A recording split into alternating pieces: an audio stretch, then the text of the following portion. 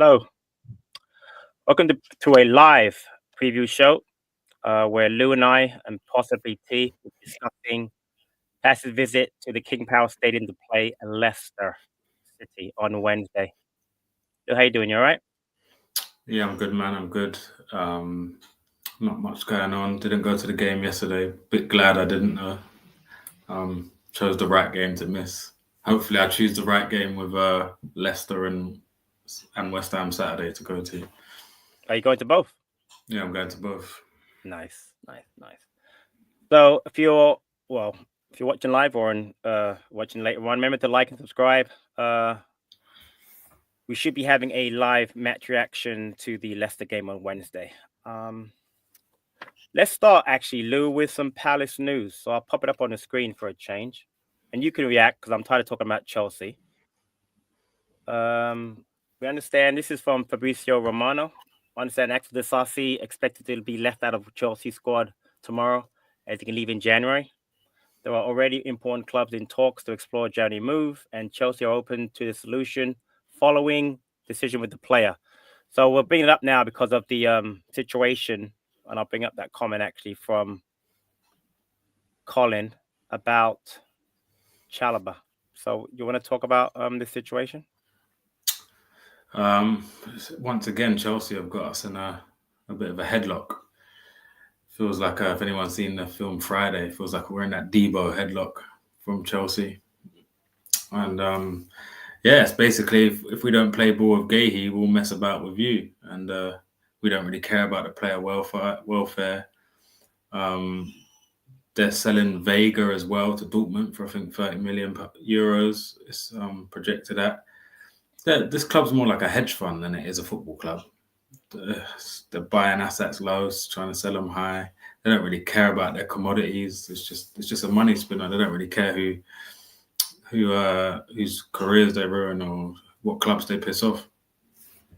Yeah, it's a bit mad. I'm not interested to talk about Chelsea anymore, honestly. I don't think we'll lose Gahey, but I still think there's a chance that we will lose Chalobah. But that is what it is. And what can you do about that? Second part of Colin's question had to do with Romain Esse. So, show you something for Esse. So, as you probably know, if you're a football fan, Millwall are playing Dagenham and Redbridge right now in the third round of the FA Cup. Currently up 1-0. And this was the lineup and the subs for Millwall, and there's no Romain Esse. So my understanding is that he actually said goodbye to Millwall's players on Friday at training, and hopefully there'll be an announcement soon. But Lou, what are your thoughts on the fact that Romain Esse was not in the lineup today for Millwall? Yeah, I kind of assumed that he wouldn't be in there. I think there might have been potentially a gentleman's agreement as they wouldn't announce Esse before Palace played Sunday and then Millwall played Monday, so it didn't take over or overshadow both FA Cup games. It makes sense. I'm sure they've dotted the I's and crossed the T's. It's just about the silly announcement video that takes about 24 hours to make for about 5 minutes of content. Don't hate. I actually like the announcement videos. I'm not going to lie to you. I look forward to them. I know people get upset they take so long to do, but if you listened... The good ones. Well, good. Well, if you listen to if you watch, Chris Grierson was on the Winging It podcast with Terrence. Yeah, I watched it. The lads, and he said that the videos have nothing to do with the delay in the announcement. People think they do, but they don't delay it. So, I look forward to the hopefully SC or SA 25 announcement video. Should be fun. Let's jump now into the preview for Southampton for Leicester. Palace last 4 undefeated, 2 wins, 2 draws in all competitions. Currently sit 15th in the league. Leicester on 19th. First question to you is, Lou, what do you think of Leicester right now, as far as their form, new manager with Van Nistelrooy, etc.? I'm not a fan of Van Nistelrooy as a manager.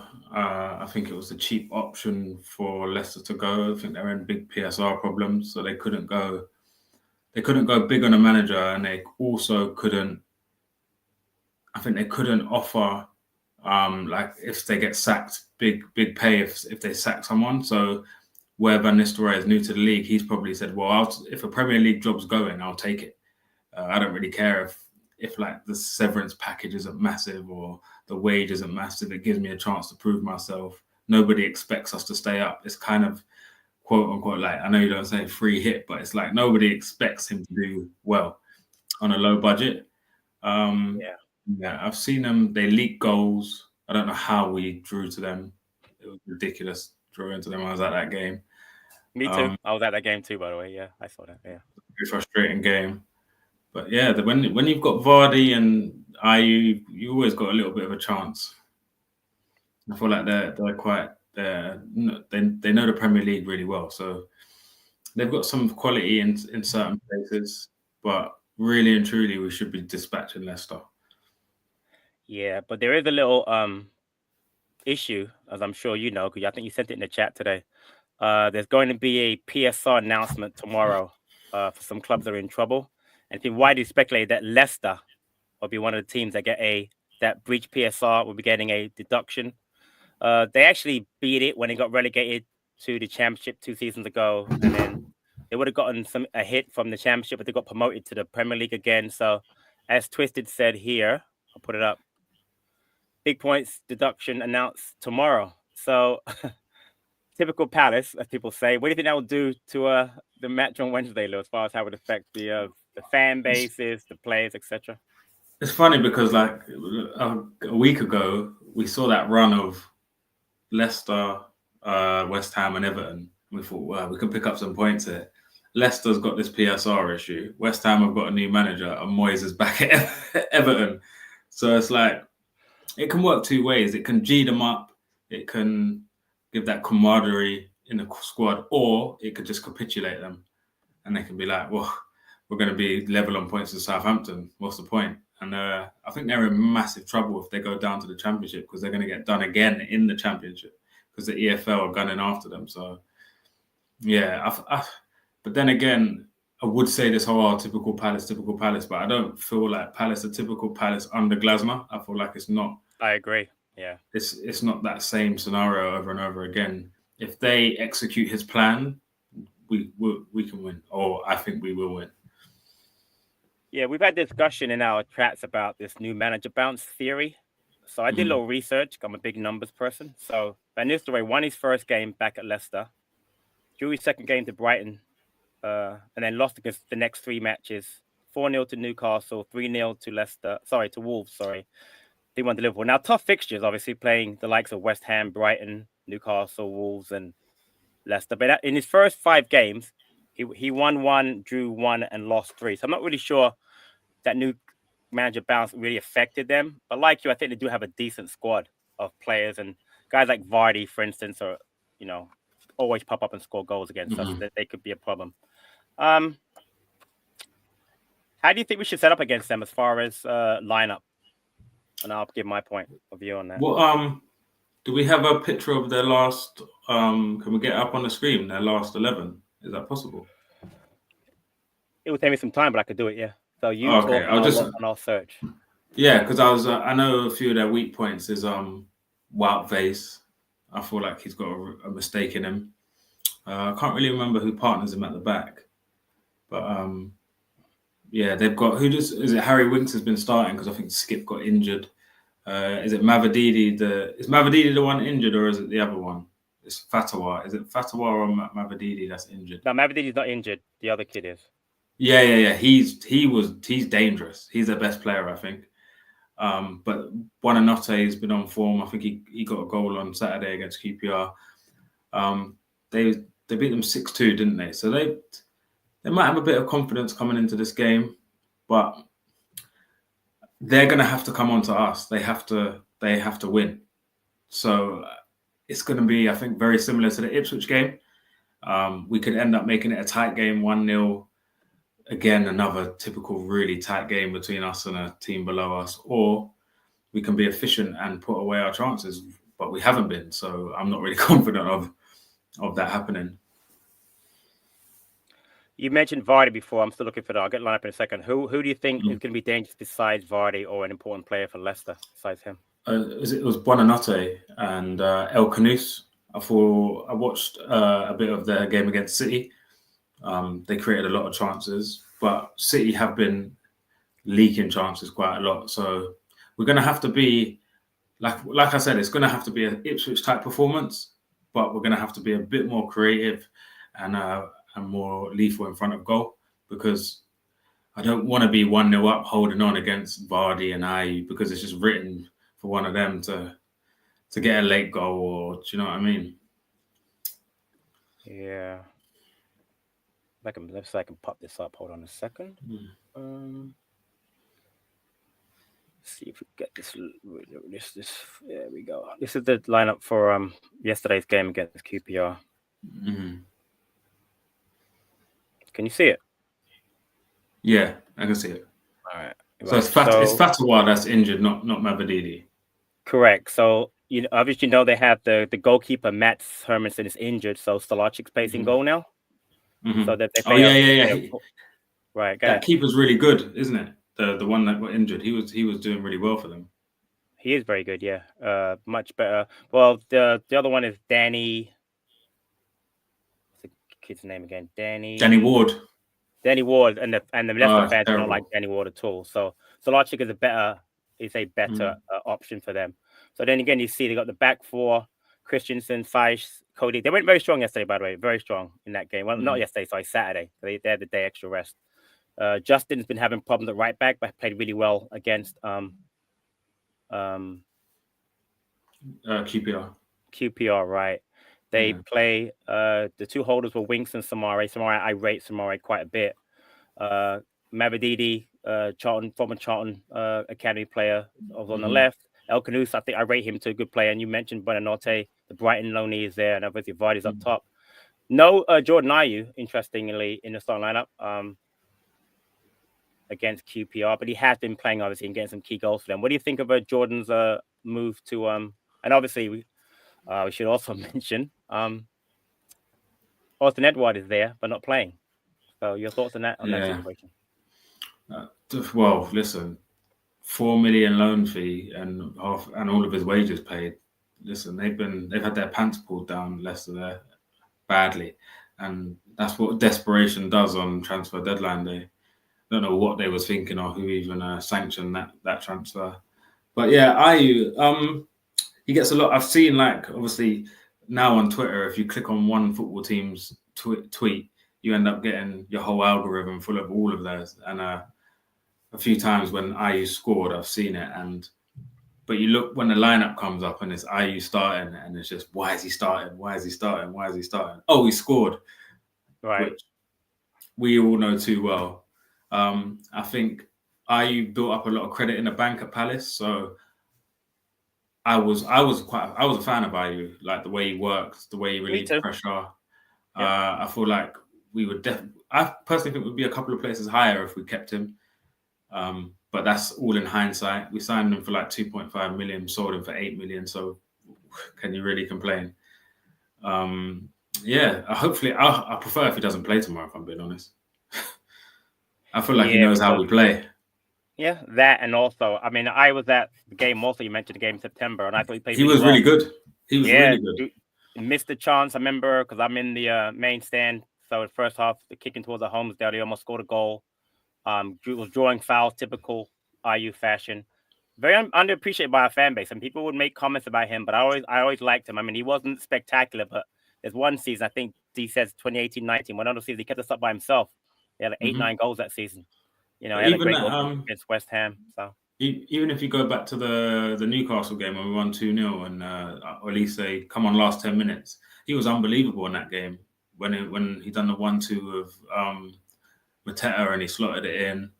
Yeah. He worked tirelessly. Like, the thing about Glasner's style of play is high energy, and one thing Jordan's going to do, he's going to run for you, and one thing he's going to do is relieve the pressure when you need it. He's going to, because when I was at the game for the Leicester match, when he wins those fouls, it's the most frustrating thing to So what other fans must have been feeling? Even when I used to watch him and he used to win fouls, and I'd be like, how did he even win that foul?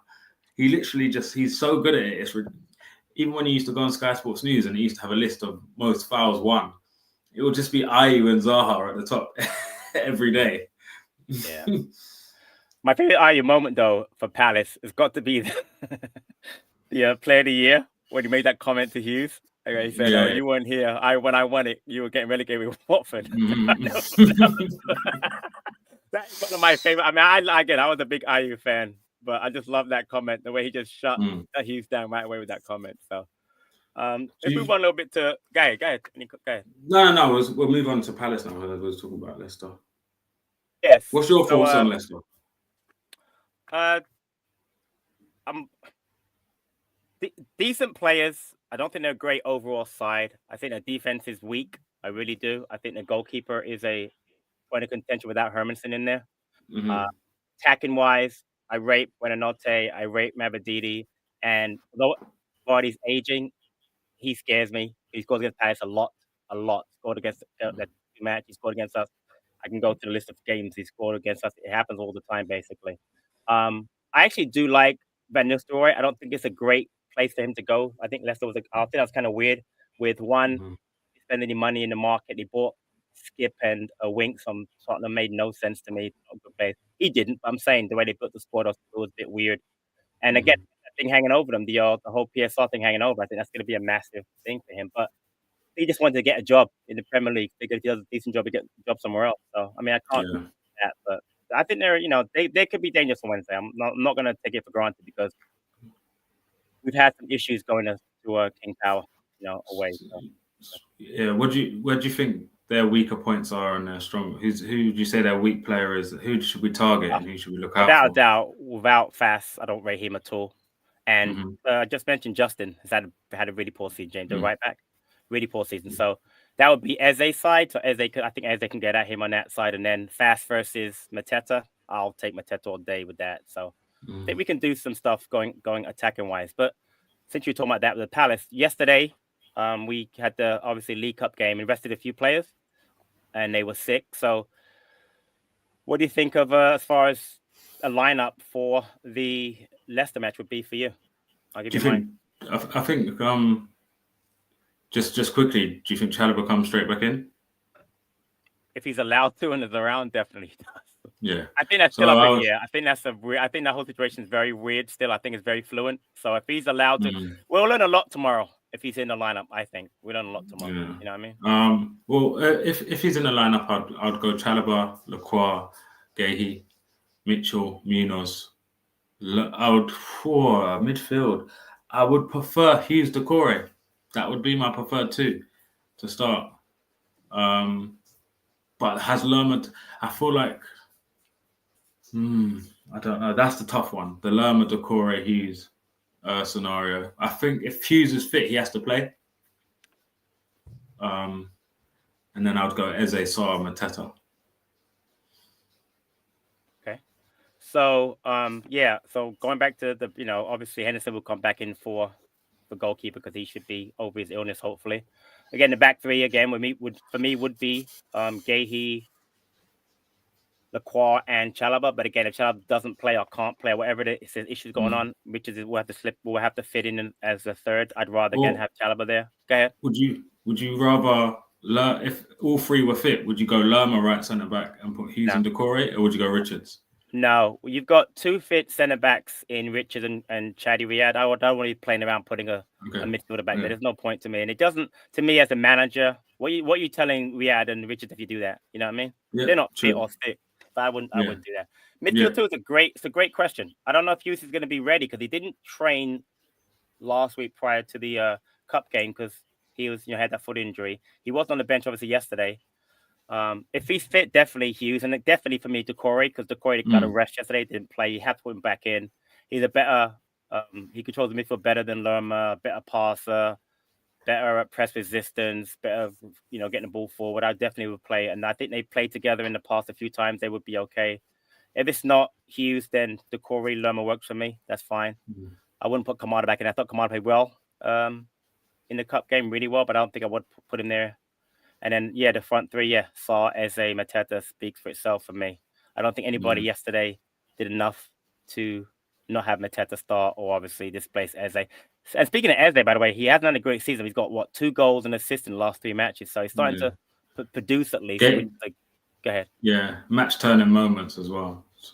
Exactly. And for me, that's I talk about it all the time in the player ratings. I give a guy a high rating just for a goal-winning assist or a game-tying assist or a goal, because to me, that's what counts. When it comes down to it, you want to win a cup game or win a league game or get points. You don't really care about guys who played well and we lost. What does that mean? Do you know what I mean? So yeah, definitely. I think Kamada's earned more than 10, 15 minutes. I feel like if it's not working, he deserves a bit longer to try and change the game, or even if we're 1-0 up and it needs refreshing, I feel like he has earned a few more minutes. Maybe with West Ham on Saturday as well, do you try and get some more minutes into Nketiah's legs? Because I think that's a big issue, that Mateta's doing so well and Nketiah's not doing so well, but Nketiah will never improve if he's only playing 10 minutes and he's not playing with the first team. So it's really difficult. If you win Wednesday, it takes the pressure off Saturday a bit. no, I agree, and I'm gonna get to that at the end of what do you want to get out of these next two matches. But I think the Nketiah things are very, let's go back to that for a bit. That's a great point. But the conundrum is this: he's not a 10, so I don't think he should displace Saul or Eze, because they both add different things. Eze got the creativity, etc., and Saul has that ability to link up with Mateta and to get behind the defense. And Nketiah has to start, but he's not going to start with Mateta. And unfortunately, the way that we play suits Mateta down to a T. I don't know if you saw there was a recent program. Mateta does a whole article in there. I'll actually find the quote because I loved it. On Glasner, I have it here. Actually, it was a Chelsea program. He said, Oliver's system suits me. I'm a player who likes to go in behind. I'm a player who likes to get involved in the box. I'm a striker, of course. I like to finish. Oliver's game, his tactics, his setup, it all suited me very well. Mm-hmm. And I think that's very true of Mateta, but it's not true of Nketiah. Now, that doesn't mean, by the way, that Nketiah cannot be part of this team and thrive, because you see what happened with Saul beginning of the year. Saul, even going back to Leicester game. Leicester game, he didn't start. Did he start? No, it was no. Definitely, Nketiah started as a 10. It was Nketiah and Eze and Mateta. But Saul came on late, and in fact, he helped change the game because I think he won the penalty. Yeah, he did win the penalty. Right? Yeah. Exactly. But prior to that, people were saying, play him at right wing back. He's not a 10. Play him at striker. You know what I mean? With Saul. And all of a sudden, because I love, and you two love the way Glasner manages, he figured out a way to get the best out of Saul. The same will happen for Nketiah, but it's going to take time. Is what my opinion on that. It's going to take time, you know what I mean? So there's that. So, should we do some questions or some comments? Yeah, we could do that. I started one from the beginning, but I think I already addressed that one. There's one at the beginning that I think I addressed. But if you guys have any, again, don't forget to drop a like, comment. But if you have any questions, put a Q next to it, and I'll answer them now before we wrap up the preview show. But I'm looking for questions. I don't really see any. Oh, here you go. Here's one on Boom Slang. Just read that OG says France is injured again and not available till spring earliest. Is this true? Apparently, that's what's going around. It's going around in our group chat. It's going around on other social media. I don't know if it's actually, he did say that. He said he wouldn't see him to the spring, so which is not great. But I'll ask you, Lou, what are your thoughts on the France situation? You can't miss something that you never had. It's just a great point. Yeah, it's they need to just send him back. Sometimes it doesn't work. Dougie's got credit in the bank. He's about to bring in one of the hottest championship prospects. Listen, he'll be a distant memory as soon as SA starts touching the pitch and we get maybe another one through the door. Everyone will forget about him. Yeah, possibly. Here's a question from Tim. Surely the Palace midfield has to dominate the Leicester midfield. Tim, that's a great point. I think it depends on who the midfield is. If it's Winks and Skip, they didn't dominate the first game. I was there, and they both played them. Palace did not dominate the midfield that day, but I'd be very comfortable with Doucouré and Lerma, or Doucouré and Hughes being able to play better at the King Power. But what are your thoughts on that question about the midfield there, Lou? Funnily enough, that's the only game Doucouré and Wharton have played together. And Wharton was half Crocs and Doucouré came off at half time. Yeah. Exactly. I actually thought Harry Winks was one of the best players that day. He ran the midfield, Harry Winks, that day. I agree. He played great that day, yeah. He did. I think Glasner will learn from that. Obviously, it's a different team, but the profiles are the same. Their style of play hasn't really changed. Like I said, I feel like this will be very similar to the Ipswich game. It'll be similar. They will have chances. if we need to limit their chances to half chances and hope our goalkeeper plays well and no one makes any big mistakes and take our chances because they have to get the 3 points. They can't afford to draw at home to us. It's a great point for them. It's a must win. For us, it's basically I think it's more of a same must. Like the Ipswich game. They Yep, needed I to. agree. They needed to beat us. Question from Jack Unwin. What about OG's comments about Schlupp? Now, my understanding is they said that he didn't want to, with the France injury, didn't want to send Schlupp out on loan or sell him because of the fact that the squad would be lighter. So, what are your thoughts on his comments about Schlupp? If OG says that's what he wants, that's what he wants. It's hard to have feelings towards these players. Sometimes it's just kind of like rinse and repeat. I've kind of lost. I don't even have the energy to talk about Jeffrey Schlupp anymore. I'm all drained out. I hear you. My issue is Schlupp. I don't have a problem him being part of the squad. The way kind of Wardy is, and Wardy doesn't play because he's injured. But when he comes on the left wing back in a cup game with us up only a goal, I have my reservations about that being a good decision. But as you mentioned before, it's all about us now. To get essay over the line, it's about getting that left wing back. We have to get that. That has to get done. I'm not concerned who it is, but it has to get done because Ty got a rest yesterday. Thank goodness. I'm happy for him. But we need to get a player in there that can 10 days rest now, nearly 10, 11 days rest nearly. Is it? Because he played the last game. Who did we last play? Chelsea. Chelsea, right? Chelsea. Yeah. What was that? That was Saturday the You're right. 3rd or something. But he was sick though, so that would have taken away. But you're right. He hasn't actually physically played in a match in 10 days. Yeah. So that would be good. So, next question here from Danny. What's going on with Rob Holding? My understanding is that he's training with the 21s. That's a fact. He played in a game last week, and that he's looking to get a move either to, I believe, there's interest from Coventry on loan, or possibly the MLS. But he just wants to go to America to watch NFL. That's all he really wants to do. It ain't that exciting. I'm a big NFL fan. I'm a Giants fan. It's not much going on. But the playoffs now, so maybe I know he's a big. Was that not this Anglophile? What would that be? American, whatever they call it. But no, he's a big. Yeah, he loves America, so good for him. But yeah. Next question from Animal. Do we bring in another loaner if they recall Chalobah? Are you satisfied? Me personally, I think if he gets recalled this window, there's no point in going out. We can't really expect the team to go out at the last minute and replace Chalobah. But we also have, again, I mentioned yesterday during one of the shows, we have Chadi Riyad, who plays on the left side. We've got Richard can play left, center, or right. And then in the pinch, as Lou mentioned before, Lerma can play there, so can Klein. So it's not ideal, but I'd much rather get a left wing back, left wing 10 in this window and address that issue. It's going to become a bigger issue in the summer because at that point, Gabe probably leaves too. We need 2 center backs, so just get the 2 of them in at the same time. But what are your thoughts on that, Louis? Similar. If like hypothetically speaking, we had to bring a player in, I would prefer more of a right center back hybrid, really, maybe type player, and not so much an out center back.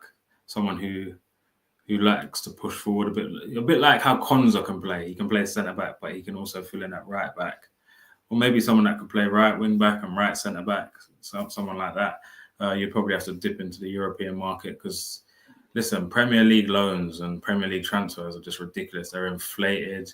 They take ages to get across the line. Yeah. The European market is where it's at, or the Championship. That's every successful transfer we've had has probably been a Championship or Europe.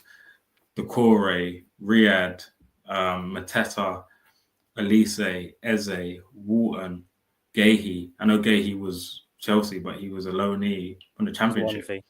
Stick to our market. Our market, when we stick to our market, it goes right. Holding, another Premier League club. França. I just think we should stick to what we know. Yeah, and my thing again last year on that question was that I don't like the panic, either buy or panic loan. You got to put research into what you're doing, and that's what Dougie's does. With Wharton, he was looking at one for almost a year and a half. You know what I mean? You don't want to get a Munoz for like over a year. You don't want to go out there at the last minute because that's when you get the worst possible, make the worst decisions and get the worst possible deal. So Question here from Twisted. This is for you, Louis. Are we dark horse for the top 4? Championship top 4, more likely. Yeah, I wasn't going to answer that myself. I'll skip over that. But thank you for the question, Twisted. Any more? There's one here from Standard. Oh, Stand and Deliver. Good movie, by the way. Good film. Is there any truth in the rumor Austin Edward and Jordan Ayew are scripted to score? I don't think Edward will score. He hasn't been in the squads in a And while. he can't Jordan play Ayew, again. And yes, right, as a loanee. We play just no, never mind. But Jordan, I would think that if you're a betting person, Stand and Deliver, I'd put some money on Jordan scoring Wednesday. Would you, with Nketiah, just quickly, do you think he feels hard done by? From what do you mean by that? Hard done by? Just the fact that he's not playing. Do you think he's obviously? I'm not one. I really don't like judging football players. I don't think it's right. No one really knows what's going on in their personal life and what's going on the training ground. But do you think he thinks, oh, I should be starting here? Or do you think he's got that mindset of, I need to work harder, I need to dislodge Mateta? How do you think because it's tough for him, I think. It's a great question. So I'll answer it as best I can. I don't think he can feel hard done by from the standpoint of he came into a team and was placed in a position that he wasn't familiar with as a number 10. We had an established number 9. He didn't really hit the ground running as a number 10 and didn't score in the league. So, and then when he was moved out for Saar started to play really well, and he got injured. So it's going to be hard for me to believe that he could feel hard done by. I did watch a really good interview with him prior to the League Cup game with the walk and talk with Clinton Morrison. You see that on Sky? I didn't see it. I saw clips. Yeah, so I watched it. It's like about 10 minutes, and he seemed like he was up for the challenge of coming back. Just got the injury, coming back, and then he ended up scoring against Arsenal too, so that was good. But I don't think he feels hard done by. I think yesterday, I think he's very frustrated. I will say that because you can tell that the Lerma thing, just when he's hitting the ground. Lerma should have squared him the ball, but didn't have to react like that. But you just tell he wants to score a goal. I mean, he wants to score in the worst way. And I think that when Brighton he one does as well. score, and the Brighton exactly, which was him, right? So, but I'm with you. I'm I'm very willing to give him the entire season, and then I'll judge him next year. I will go back and say again, I've never been a fan of his. Watched him again. I told you I watched him at Arsenal, saw him in Leeds on loan, watched him in the 21s, top scorer in 21 history. But for me, he's if you're going for maybe 10, 15 million, I'd judge. I'm not going to lie to you, I would judge him differently. But 30 million, I would expect him to come in and score goals, and he hasn't done it. But again, he hopefully get a run of games, not at Mateta's expense, because I think Mateta is vital to what we do. I'm gonna go from there. Yeah, I'm still sometimes like flabbergasted when I watch Mateta and see how good he is. From the player that he was before, I always say it, he's the complete Premier League striker. Instead, in terms of stature, running, I think his finishing is really good. He can finish 1 touch, 2 touch, and I think having Mateta as that vocal point, it's just like, I don't think anyone, any manager, any coach, any fan would ever think to drop Mateta at any point. He just connects stuff too much. And I feel like that's probably where the frustration is. Because if he's got quite good self-awareness in Nketiah, I think he would realize that Mateta's better than me. I know you've got to have the self-confidence, but you also have to have the self-awareness. Like, no one was on Messi's team saying I'm better than Messi, are they? So I think he probably looks at that's probably a frustration for him as well, because Mateta just does everything he can't do. Yeah. And it's funny because I mean, people watch his channel know that at one point, D and I had the worst arguments on this channel about Mateta because no one rated him. I'm the only one that always backed him. And I don't know what it was about him. Something I saw about him that I really liked. He wasn't a finished article, and I'll give him credit, and I'll give Hodgson credit, because it was Hodgson that started the change. Hodgson made him a better player, became better hold-up player, better at finishing. But Glasser took him to another level. Like he did with Colo Moani. He just made him to a different kind of striker. And I showed you, I read the quotes from before. He just became a different player. So yeah, him and who's the other one? Wout Weghorst. Wout Weghorst, Moani, Mateta. They're the same similar profile player. Exactly. They're literally the similar profile player. Yeah. So yeah, and Nketiah is just the opposite of what they are. All right. So before we get into the predictions, if you want to just drop, we're gonna end the show soon. Just drop us score predictions in the chat, and I'll post a few of them. Last match, you and I were both there. Lou, we didn't know each other back then, but it was a 2-2 game at Sellers. Goals by Vardy and Mavadidi, and Mateta had the 2. Our last away win at the King Power. You got to go back to September 23rd, 2019. Do you remember the score? 4-2. 4-1. Very good. Good 4-1. You remember who scored for Palace? Remember the Palace? Zaha 2. Yep. Benteke. Loney. Sacco. No, Chelsea Loney. Oh, Loftus-Cheek. Nope. Batman. Oh, Batshuayi. Yeah, Batshuayi. And Luca. And Luca got the Luca penalty? Was that a penalty? It doesn't. I'm not sure. I can go. I look real quick. I don't think it was a penalty, but yeah. So the times most of Luca's goals are penalties. So I would say probably was a penalty, right? I've been to the last few Leicester games. I went to the furthest back I go. If anyone can remember, Nigel Pearson holding James McArthur down by his neck when we beat him 1-0. Oh my gosh, I remember that one. Yeah, what a madman that guy is. Also, I was at the one Peter Ramage, Damien Delaney 2-0 under Doug in the championship. That was at that one. Nice. I was also at the one before the FA Cup semi-final, which was terrible, and it looked like everyone was holding back because they didn't want to get injured, and we lost 2-1 or 1-0. Yeah, I was on a golf trip to in South Carolina and I was listening to that game. I was on the front 9. I listened to that game, and I could tell no one was interested in that game. I'm like, just don't get injured. No. That's what. And Mitchell ended up getting a knock, and then the last time I went there was a 12:30 kickoff, 0-0, no shots on target. One of the worst games I've ever watched, and it was a 12:30 kickoff, and I walked out saying I'm never coming back to this ground again. But I'm going on Wednesday. So, real quick, Leicester last 5 League and Cup games, they've won 1, which was Saturday's 6-2 another QPR, and they've lost 4. Lost to Villa, City, Liverpool, and Wolves lately, and they lost 5 straight in the league. So you can add Newcastle. Again, it's been a tough run, but they're not playing well. So we'll see. Before Lou and I give our predictions, I got a few in the chat I'll go through. So we have, oh my goodness, Animal, we've got this 3-1. Optimism. Once we scored 3 goals this season. Yeah. Geiger, Palace 2-0. Chris, aka Bollocks, RU 4 Palace 0. I love Chris's 17 was brilliant. I love that. Like I said, Mulukito 17, Palace 2-1. Stephen Dyer 3-1 Palace. I missed one. Oh, here we go. Sean, 5-0 Palace. Love the optimism. Love the optimism, Sean. 5-1. I would take that every day of the week. Lou, your prediction for Leicester? I'm gonna go for a tight game. I'm gonna go 1-0 Palace. Mateta 67th minute.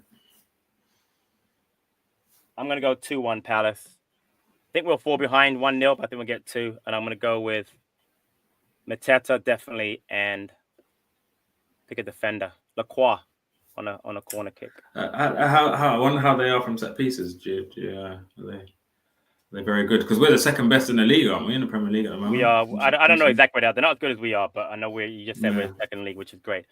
Everyone, want to thank you guys for getting involved in the chat. Thanks for tuning in, Chris. Good show. Appreciate that support. Remember to like, subscribe, share. We're back on Wednesday for match reaction. Don't know who we'll be with, but we'll have one, and then there'll be a player ratings. Lou, thanks for joining me today. Really appreciate it, mate. And everyone in the chat, take care. And until next time, up the Palace.